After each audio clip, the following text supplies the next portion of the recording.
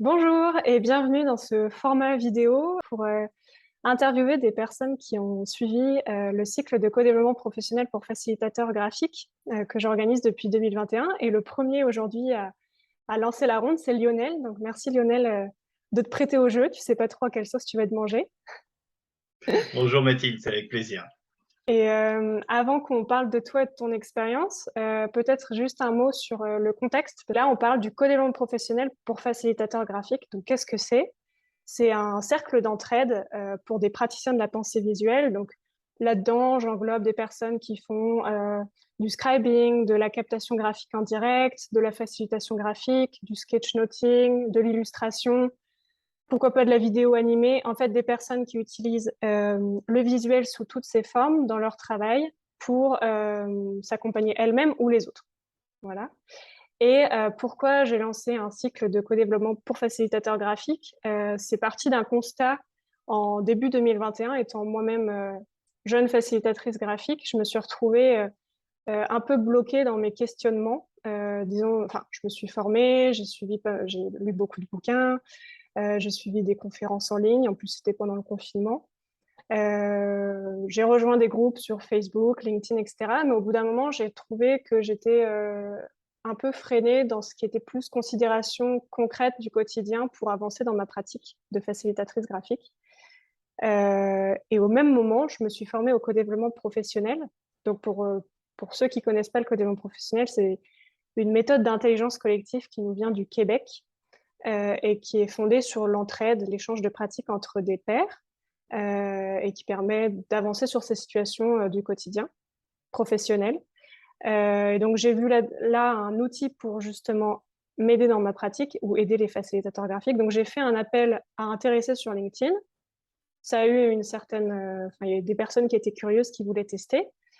J'ai fait 2 séances découvertes et suite à ça, les retours étant très positifs, j'ai lancé un premier cycle. Donc en avril 2021. Et Lionel fait partie de la deuxième promo qui a commencé en janvier 2022 et qui se termine en octobre. Donc voilà, j'ai assez parlé pour ce qui est du codel. Mais toi, Lionel, si tu veux nous parler de comment est-ce que tu t'es lancé dans cette aventure? Alors moi, le Codev, en fin de compte, je l'ai découvert une première fois dans un premier groupe d'entrepreneurs, de freelance. C'est un format, donc j'avais déjà fait un cycle de Codev. Enfin, j'étais en cours dans un cycle de Codev quand j'ai vu passer ton appel. Donc le format Codev, moi je le connaissais et j'ai trouvé ça très agréable. En tant que freelance, ça m'a permis de rompre un petit peu la solitude et de passer des grands moments de partage. Et le fait qu'on soit entre pairs sur un thème commun, là c'était l'entrepreneuriat en solo, c'était hyper riche. Et comme toi, moi, je suis arrivé à la facilitation graphique et à la pensée visuelle récemment. C'est une reconversion. Donc, j'ai fait plein de tutos, j'ai fait des formations, j'ai rencontré des gens et je suis arrivé un peu au même constat que j'avais aussi envie de pouvoir partager avec un groupe des choses pratiques, de l'expérience et puis de soumettre et de contribuer aux problématiques des autres. Et comme j'avais déjà expérimenté le format co-développement entrepreneurial, et quand j'ai vu qu'il y avait ça pour les facilitateurs graphiques, je me suis dit, ben, je ne peux pas passer à côté, en fin de compte. Hmm. Et donc, voilà comment j'ai rejoint cette deuxième session avec grand plaisir. Ok. Et si tu peux nous parler un peu de ton travail, parce que je trouve que c'est toujours intéressant, il y a des profils très variés dans les participants au cycle de co-développement. Quel est ton profil, toi? Comment tu utilises le visuel dans ton métier? Alors, j'ai longtemps utilisé le visuel dans mon précédent métier, parce que moi, je suis ingénieur dans l'informatique. On utilise beaucoup dans l'ingénierie, et notamment informatique, en fin de compte, la pensée visuelle, la représentation, la modélisation. Et en tout cas, c'était un vecteur et un format que j'utilisais énormément, dans lequel j'avais beaucoup de plaisir. Puis j'ai fait ça pendant une vingtaine d'années, y compris aussi pour essayer de retransférer, de retransmettre des informations compliquées. C'est pas simple quand on a du jargon, quand on a de la technologie, de parler à des gens qui sont d'un autre monde, des utilisateurs, par exemple. Et moi, j'aimais beaucoup casser ces barrières-là et le visuel est un formidable outil pour ça. Et puis, il y a quelques années, voilà, les chemins de vie font que j'ai eu envie de vraiment de changer. Et quand j'ai fait le point, je me suis dit, bah, qu'est-ce que j'ai envie de faire? J'avais envie de bosser avec le collectif, aider en intelligence collective. Et je me suis rappelé, mais il y avait cet outil visuel qui est un vrai plaisir en fin de compte. Et j'ai découvert, un peu comme toi peut-être, début confinement, qu'il y avait des gens, dont c'était le métier de dessiner pour faire, comprendre des choses, pour partager des idées, pour, rendre simple ce qui pouvait avoir l'air compliqué. Je me suis dit: «Bah, c'est génial, si c'est un métier, j'ai envie de faire ça». Donc je me suis lancé aussi début confinement, j'ai pris le temps de me former, comme je le disais, de regarder un petit peu ce qui se faisait. Et aujourd'hui, mon activité, elle est triple. Donc, je suis facilitateur graphique, donc je facilite des groupes en intelligence collective avec, entre autres, les outils de pensée visuelle et le jeu aussi, Mmh. que j'aime beaucoup. Donc, je fais aussi des captations en séminaire, en live, donc du scribing. Je fais des modèles, donc des visuels de synthèse pour des entreprises, par exemple. Et je fais ça en parallèle, voilà, aussi de mon activité toujours de conseil en informatique qui se nourrit, en fait, les activités se nourrissent les unes les autres. Et récemment, j'ai des activités de formation et qui ont fait un pont, très naturel, parce que l'outil visuel est un formidable outil de transmission de Mmh. savoir aussi. Bah, Donc oui. du visuel, à tous les niveaux et tous les jours dans plein de pratiques et avec, plein d'outils différents. Mmh. OK, excellent. Et du coup, quand tu as commencé ce cycle, donc en janvier, c'était quoi, enfin, avec quel état d'esprit tu t'es lancé dans ce cycle? Quelles étaient tes attentes, ou tes besoins à l'époque? Alors j'avais plusieurs attentes. La première, c'était de récupérer un petit peu de feedback, on va dire, du terrain et puis de gens qui pratiquaient vraiment. Parce que j'ai découvert que le domaine de la pensée visuelle, globalement, on trouve des gens très, très généreux, au sens qui dispensent énormément de savoir, qui transmettent beaucoup. Enfin, j'ai été accueilli, dans un espace où les praticiens visuels, c'est vraiment, génial. Mais j'ai pas trouvé, forcément un terroir type, communauté où en fait on pouvait régulièrement, parler de ces problématiques et partager un petit peu les tips, les retours d'expérience. Et voilà. Et comme je savais que le format co-développement permettait ça, donc c'était ma première attente, c'était d'essayer de se loger dans un petit groupe, un petit collectif. Il y a un petit côté aussi confort, c'est pendant le cycle qui dure quand même un certain nombre de mois, il y a un petit côté, on retrouve régulièrement un petit peu sa petite famille. J'avoue qu'il y a un petit côté affectif qui est quand même hyper agréable aussi Mmh. là-dedans. Et ce côté affectif, il va aussi dans le sens de mon deuxième besoin qui était de la réassurance, parce que quand on commence une nouvelle activité, on a plus ou moins ce fameux syndrome de l'imposteur. Est-ce que je suis légitime? Est-ce que je sais faire? Et quand on se nourrit énormément, notamment des publications, des réseaux sociaux, dans les réseaux sociaux, tout est beau, en fait. Parce que Mmh. les gens ne publient que ce qui fonctionne. Et moi, j'avais envie de voir aussi les crashs, les plantages, les galères, et voir que j'étais pas le seul à les avoir, quoi. Le feutre qui bave, le truc où on sait pas faire une ligne droite parce que le tableau il est trop grand. Enfin, ça paraît tout bête. Ça, on le voit jamais. Et voilà. Et là encore, je savais que dans le format de Codev, ben, les gens ils s'exposent à ça, puis on peut poser ces questions et on voit le revers de la médaille avec un côté très positif. Et Mmh. c'est vraiment ça que j'allais chercher sur le site de Codev. Oui, et c'est vrai que ce que tu dis, ça il y a aussi des niveaux différents dans le sens où, certains, bah, lancent, leur activité, d'autres, sont à plusieurs années d'activité, d'autres utilisent le visuel au sein d'entreprises. Et c'est intéressant de voir qu'on se pose toujours les mêmes, enfin, un peu tous les mêmes questions, quel que soit son avancement, si on peut parler comme ça. Ouais. Alors c'était doublement étonnant en effet parce que du coup, on était dans un groupe où les gens étaient dans des contextes très différents, des contextes d'entreprise ou des contextes, enfin de praticiens, freelance, avec des expériences aussi très différentes. Il y avait des Et en fin de compte, oui, comme tu le dis, et ben, chaque fois qu'une question était posée, tout le monde se raccrochait en disant: «Ah ouais, mais en fait, j'ai la même qui me taraude depuis des années» et tout ça. Donc il y a un côté, vraiment, il y a un partage, y compris du questionnement chaque fois qui est abordé, qui est très, très riche. Ça veut dire aussi que tout le monde a toujours quelque chose à dire, suivant la position qu'on a, client ou consultant. Et de fait, autour de la pratique visuelle, comme peut-être beaucoup de pratiques, mais moi, c'est ce qui motive aussi, c'est une activité pour moi qui est très créative. Il y a Et avoir des sensibilités différentes, des expériences différentes, des angles de vue différents, c'est aussi ce fameux sujet de sortir des angles morts qu'on a. Mmh. Et le groupe de Codev, parce que les gens, ils sont différents dans leurs expériences et différents dans leurs exercices, et ben, ils te font sortir de tes angles morts en fin de compte. Et ils te donnent Oui. des éclairages. Le nombre de fois, je crois que cette année, l'un d'entre nous a pu se dire: «Ah ouais, ah mais oui, ah mais j'y avais pas pensé». Et ça, c'est un peu la magie des trucs, ouais. Mmh. Mais oui. Et alors, pour donner peut-être des exemples concrets à des Mhm. personnes qui n'ont pas vécu une séance de co-développement et dans ce cadre-là, Mhm.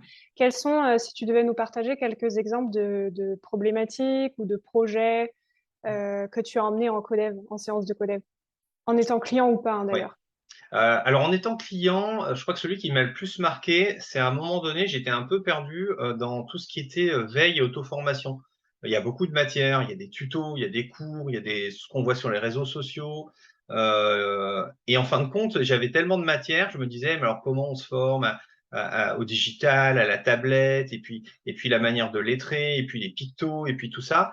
Et j'avais tellement de matières, bah, je savais même plus comment faire cette veille et comment m'auto-former en fin de compte. Hmm. Et donc j'avais cette problématique, c'est comment vous gérez, enfin comment on pouvait m'aider à gérer ce flux d'auto-formation et de veille. Et là, bah, comme souvent, tout le monde dit ah ouais, mais c'est vrai, nous aussi, on a le même problème. Et alors, ce qui est génial, c'est que voilà, les gens sont arrivés avec leur organisation personnelle, leurs rituels, leurs bonnes adresses aussi. Ah, il y a tel cours qui est super bien, celui-là m'a donné telle dynamique, et des trucs aussi décalés. Enfin, à l'issue de ça, je suis allé du côté de l'aquarelle que je ne faisais pas du tout parce qu'on a parlé de ça. Voilà. Et donc, voilà, c'est un vrai sujet. C'est-à-dire que j'étais vraiment c'était le bazar, mon auto-formation et puis ma veille. Et puis, bah, après ça, j'avais des nouveaux pointeurs. Alors, dans un premier temps, j'ai eu encore plus d'opportunités, encore plus de pointeurs. Je me suis dit, mais j'en ai encore plus, c'est trop bien. Mais il y avait aussi de super bons tips pour s'organiser avec des rituels journaliers, des manières de faire. Voilà. Et Hmm. donc, ça a été ça a eu un effet très appliqué. J'ai vraiment pu derrière structurer un petit peu ma veille. Alors, même si des fois, en fonction de l'actualité, c'est pas toujours simple. Donc ça, c'était un vrai sujet, c'était une vraie épine que le groupe m'a enlevé du pied, en tout cas. Récemment, il y a un autre sujet où j'étais plutôt dans les consultants, j'étais pas client, mais qui m'a pas mal touché. C'était aussi le fait de comment gérer un peu son flux de créativité, c'est-à-dire toutes les idées qui nous viennent, comment je me définis. En effet, comme tu le précisais, on a des historiques et souvent les gens qui manipulent la pensée visuelle font d'autres choses à côté, donc ils ont plein d'activités Hmm. différentes. Et la question que posait la participante était hyper intéressante. C'était, mais je fais plein de choses, mais en fin de compte, je suis spécialiste de quoi? C'est quoi mon point fort? Je suis touche à tout. Et voilà. Et ça, c'est une question que je me posais. Donc, à la fois, Hmm. ça m'a hyper intéressé de participer à cette séance parce que ça m'a nourri aussi. Et puis en même temps, comme je me l'étais aussi déjà posé, j'ai pu aussi apporter des choses. Et c'est Hmm. ça qui est bien, c'est on donne et on prend toujours à chaque séance, quelle que soit la posture qu'on a. Oui, c'est ça. Mm. Oui, ça, c'est vrai que c'est la magie du codef, ça, de Ouais, pouvoir carrément. jamais s'ennuyer parce qu'il y a cet effet miroir en permanence. Ouais. Quelle que soit la posture, c'est vrai qu'on repart toujours avec quelque chose. Déjà, le plaisir d'avoir filé un coup de main, c'est pas rien, hein, se sentir utile, c'est déjà quelque chose de très gratifiant. Et en plus, de toute façon, on part aussi avec tout ce que les autres ont donné parce qu'on récupère aussi, on récupère ça. Ouais. Ouais, c'est ça. C'est vrai que les séances sont un bon coup de boost aussi en termes d'énergie, parce que alors ça dépend peut-être des groupes, mais bon, notre groupe était super et super d'ailleurs. Et du coup, il y a énormément d'énergie qui circule. Les gens, il y a beaucoup d'envie. Je pense que, et là, c'est peut-être très dur pour toi, qui facilite et qui cadre ça, mais c'est vrai que tenir dans l'espace, on a tellement envie de se dire de choses que c'est pas si simple. Oui, et parfois ça peut être frustrant d'ailleurs, parce que pour ceux qui n'ont jamais vécu une séance de co-développement, il y a un processus très clair en 6 étapes, Mmh. avec un temps pour les silences, un temps pour la prise Mmh. de parole, et on prend des tours. C'est-à-dire que c'est pas chacun balance les Mmh. idées, il y a une manière très structurée Ouais. de partager la Mmh. parole. Et à la fois, ça peut être frustrant parce qu'on a plein d'idées à partager, mais Mmh. c'est pas encore mon tour. Et en même temps, souvent, je sais plus si c'était toi ou d'autres qui Mmh. partageaient que ça amène aussi beaucoup de souffle dans le processus, Mmh. c'est-à-dire et de créativité. Est-ce que tu veux pas... C'était toi qui avais amené ce sujet-là, si tu veux peut-être en parler. Le Euh, côté rebondir sur les idées des autres. Oui, ouais, en effet, ça me faisait penser à quelque chose qu'on trouve, enfin, que j'ai lu par ailleurs et qui m'intéressait, c'est les cercles de parole indiens où en fin de compte, chacun a la parole et on attend et on écoute. En fait, on est dans une société où moi je le vois en tant que facilitateur, on sait pas écouter, enfin, c'est très difficile d'écouter. On a envie de parler et en fait, quand on parle tout de suite, c'est réactionnel. Donc souvent, c'est pas réfléchi, puis on se rend compte qu'on a dit quelque chose qui était un peu pauvre en valeur. Donc se réfréner et se dire, bah, on écoute chacun notre tour et ça, c'est vrai que c'est très, très ritualisé dans le codev. On apprend aussi beaucoup, moi j'ai appris à écouter, enfin, vraiment, c'est un exercice pratique une séance de codev pour apprendre à écouter Mmh. et donc pendant qu'on écoute, en fin de compte, notre idée qu'on avait envie de sortir tout de suite en réactionnel, elle fait son chemin. Si on est dans l'écoute vraiment active, qu'on fait attention à l'autre, qu'on est vraiment dans l'attention à l'autre, ben, en fin de compte, on a plus envie après de rebondir sur son idée et ça fait des choses plus riches parce qu'en fait, on enrichit et souvent, il s'est passé ça dans des séances encore dernièrement, c'est un chapelet, c'est-à-dire que quelqu'un a lancé quelque chose, celui d'après avait envie de dire un truc, il le dit pas parce qu'en fait, il a encore plus envie après de rebondir sur ce qu'a dit le précédent. Mmh. Et il y a un petit côté, ça fait monter un petit peu ça fait monter un peu la mayonnaise, mais non, mais c'est vrai que ça permet d'aller plus loin sur les sujets. C'est pas juste, on n'est pas à la queue leu leu en train de donner nos opinions. Il y a du lien entre les gens. Voilà, c'est Mmh. ça. Il y a du lien, il y a un lien fort dans l'écoute. Mmh. Ouais. Ça c'est vraiment, aussi très positif et puis c'est agréable aussi d'être dans un cercle, bienveillant et en sécurité, cadré par par la facilitatrice, enfin toi en l'occurrence. On a vraiment la parole est respectée en fin de compte. La parole a de la Mmh. valeur dans une séance de codev et ça aussi, on est tendance à être abreuvé d'informations et de paroles et dans une séance de codev, il y a un petit côté reposant parce que la parole, elle prend de la valeur. Tout ce Mmh. qui est dit a de la valeur, en fait. C'est très joliment dit. Ouais, mais c'est le grand plaisir, je trouve, de ces séances de Coden. Mmh. Ouais. Ouais, je partage ton avis. Et, hem et du coup, parce que là, ça fait bientôt 8 mois que Mmh. tu as commencé ce cycle en tant que participant. Mmh. Hem, Qu'est-ce qui a, disons, changé pour toi ou qu'est-ce que tu as mis en place? Alors, soit au fur et à mesure des Mmh. séances ou aujourd'hui quand tu regardes en arrière? Hem Alors il y a 2 choses, il y a les applications directes de chaque séance où en effet, client ou pas, on repart toujours avec, des outils, ou parfois des fois c'est plus introspectif. Des fois les sujets apportés étaient déjà des réflexions personnelles et ça fait travailler tout le monde et on repart avec un travail perso, des réflexions, on travaille sur soi aussi. mmh. C'est pas juste de l'outillage, pratique, il y en a, mais des fois c'est des séances qui sont plus profondes, plus intimes. Ouais. Donc ça, à chaque séance, en tout cas, on part avec quelque chose à utiliser, à faire. En tout cas, j'ai pas de séance qui a été stérile. Elles m'ont toutes apporté quelque chose. Et après, sur l'ensemble du cursus, en dehors du plaisir de retrouver cette petite famille, parce que c'est quand même un plaisir, il y a un petit côté aussi souffle une petite bouffée d'oxygène quand on se retrouve, c'est chouette. Mmh mh. Mais il y a aussi surtout ce sentiment, euh, comment dire, j'allais dire de partager la même fragilité, c'est un peu exagéré, mais c'est extrêmement rassurant d'être avec des personnes qui sont venues exposer des problèmes, donc qui ont eu confiance pour déposer leurs problèmes, et chaque fois de se dire ah ouais mais vous avez les mêmes, on a tous les mêmes problèmes, et c'est très très agréable il y a un côté on baigne dans l'humanité avec ce qu'elle a de vulnérabilité en fin de compte, Mmh. par rapport à d'autres formats. Là, on baisse plus les masses, je trouve. Et ça, sur la durée, eh ben, moi, je trouve que ça nourrit énormément une forme d'estime de soi, ou en tout cas de la réassurance. Ça apporte beaucoup de réassurance de faire un Mmh. cycle de Codev. Oui, ouais. Ouais, ouais. Et donne l'envie de finalement d'y aller parce on a tous ce côté imperfection en nous, donc on y va, quoi, c'est ça? Ouais, c'est ça, exactement. On sent, y compris, des fois dans des séances, on connaît, un participant qui fait un truc super, qu'on admire, on dit: «Ah ouais, mais toi tu fais ça, c'est génial», on a l'impression et tout d'un coup la personne nous dit: «Ah ouais, mais je me suis lancé comme ça au hasard d'une rencontre, je savais pas trop, j'ai pris un bout de papier, j'avais les mains qui tremblaient». On dit: «Ah ouais, mais c'est incroyable parce que c'est juste énorme» et ça donne beaucoup de confiance en fin de compte. Mmh. Le fait de voir, la réalité, un peu l'envers du décor, ça donne beaucoup de confiance. Et Mmh. sur la durée, le cycle, moi, ce que j'en retirais au-delà de tout ce qui est pratique, c'est surtout un gros boost de confiance. Ouais, ouais, super. Hem Et alors peut-être un mot sur le côté visuel de ce cycle, parce que c'est pas non plus juste enfin, c'est un cycle de co-développement. On utilise le co-développement, que je n'ai pas inventé, hein, qui nous vient du Québec. La particularité, c'est quand même qu'on utilise un petit peu le visuel.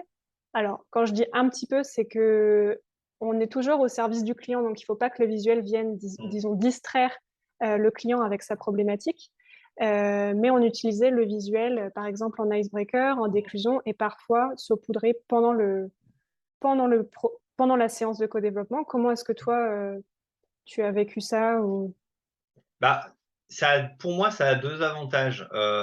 D'abord, ça marque un petit peu, ça donne une identité au groupe de codev. Comme je te le disais, moi, j'ai un groupe de codev au niveau entrepreneuriat où, en fin de compte, comme c'est codifié, ça fonctionne pareil. Mais l'avantage d'avoir des séquences où on utilise le graphisme à l'inclusion ou à la déclusion, là, on sait qu'on est dans un groupe de facilitateurs ou en tout cas de gens qui sont dans la pensée visuelle. Donc ça crée un marqueur quand même. Mm. Ça met dans l'ambiance et ça met dans une certaine configuration.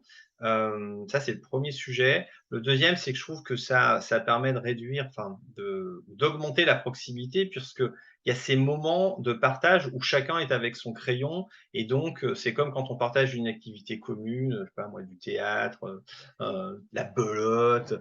Et quand on partage une activité en commun avec un groupe, ça crée du lien, et donc Mm. ça nous rapproche.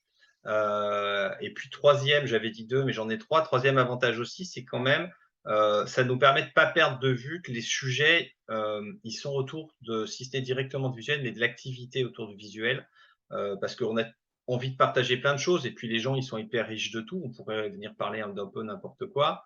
Et là, quand même, le fait d'avoir des séquences avec le visuel, on sait qu'on est dans un cadre où on va parler autour des pratiques du visuel. Ça Mm. permet à l'esprit de se focaliser un peu et de se configurer autour de ces problématiques-là. Mm. En tout cas, je trouve ça important de marquer l'identité du groupe.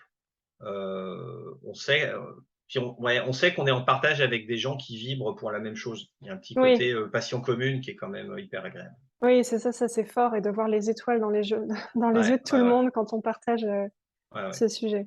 Ah, moi, enfin, l'anecdote que je trouve très très drôle sur ce groupe-là, c'est que parce que je crois que tous les gens qui pratiquent le visuel ou la plupart, il y a un petit côté môme au rayon papeterie et crayon tout le temps. Et alors chaque fois qu'il y en a un qui parle d'un truc, ah j'ai trouvé tel crayon ou j'ai trouvé tel livre ou dedans il y a des exercices super, enfin ou tel carnet avec tel papier, ah bah immédiatement tout le monde hyper content autour de la table. Et j'adore cet esprit-là. Oui, et c'est vrai que ça se continue au-delà des séances parce qu'il y a une séance tous les mois, mais ce partage, il se continue aussi sous Mm. la forme d'un groupe WhatsApp où chacun y va de ses, comme tu le disais, soit Mm. des tips ou des infos, Ouais. ou aussi parfois des questions très pratiques. Comment est-ce que tu rédiges telle session de droit? Voilà, donc ça vit aussi en dehors des Ouais. sessions. Bah, c'est en ça que je trouve qu'il y a ce petit côté famille, même si le terme peut paraître un petit peu trop, mais Je prends. voilà, on se retrouve régulièrement, comme dans une famille qui aime se retrouver, mais le lien, ouais, c'est pas que quand on fait la séance de codev. En tout cas, on sait qu'on a la possibilité. C'est plus que la porte, elle est ouverte, notamment sur le groupe WhatsApp. Si on a une vraie question, une galère, on sait qu'on peut s'adresser à des gens euh, qui partagent les mêmes choses. Et puis, somme toute, quand même, dans les séances de codev, on s'est tous beaucoup ouverts. Donc, ça crée quand même une forme d'intimité. C'est en ça que j'utilise le terme de famille. C'est que ce cercle, c'est un cercle quand même qui est assez, euh, enfin, assez compact, assez resserré, quoi. Oui, je suis d'accord. Merci Lionel. Où est-ce qu'on peut te retrouver, suivre tes activités? Entendre Alors, parler de toi. eh ben, le point d'entrée chez moi, c'est carrément rond. Voilà, les deux des primitifs de dessin, carrément-rond.fr, c'est le site. Sur LinkedIn aussi, Lionel Desglises et carrément rond, les deux. Euh, voilà, c'est essentiellement là que je vis numériquement et que j'essaie des choses, que j'expérimente des choses et que j'expose un petit peu ce Hmm. que je fais au quotidien. Et alors Lionel est tellement fan de ces cercles d'entraide que c'est important de le préciser parce que Mhm. là on est fin août Mhm. 2022. Il ouvre à la rentrée un cercle d'entraide mais présentiel pour les Nantais. Ouais, tout à fait. Alors l'idée, c'est pas d'être dans le format codifié du co-développement parce que c'est vraiment un exercice particulier. Déjà, il faut un savoir-faire que tu as appris. Et puis ça reste un plus petit groupe. Non, l'idée sur Nantes, c'est d'avoir une communauté, un meet-up, parce que comme je le disais initialement, j'ai rencontré plein de gens quand je suis entré dans ce métier-là. Je leur demandais est-ce que je peux vous appeler 10 minutes et tout, et puis chaque fois je passais 3 heures au téléphone parce qu'ils adorent parler de leur métier. Et il y a plein de gens, notamment à Nantes et dans l'Ouest, Nantes-Saint-Nazaire, et on se croise tous de temps en temps, on prend un café, on se voit, sur un séminaire, on est deux, on se croise, on se dit ah t'es là, tout ça c'est chouette. Et donc on a très très envie, notamment avec Aude Cancelier, de regrouper un peu tous ces gens et puis de parler crayon, de parler feuilles, de parler tips, voire même parler style et échanger sur comment tu fais tes bonhommes et tout ça. Enfin, voilà. Se Hmm. faire plaisir. Voilà. Excellent. Donc, Ça donne envie. Si j'étais pas voilà. au Danemark, je vous rejoindrais avec Ouais, ça plaisir. fait un tout petit peu loin. C'est Ça fait un l'ouest, peu mais loin. très étendu. C'est ça. Non, mais au plaisir Super. pour ceux qui sont sur Nantes et qui verraient ça, de nous retrouver. On est en train de monter ça et ça va parler sur LinkedIn, je pense. Super. Je mettrai un lien dans la description, si, un lien vers un post ou si vous avez un formulaire de contact ou quoi que ce soit. Et Avec bah, plaisir. merci mille fois, Lionel, pour ton témoignage et à bientôt. Bah, écoute, merci encore Mathilde pour ce cercle de Codev et pour ce merveilleux groupe. À bientôt. À bientôt.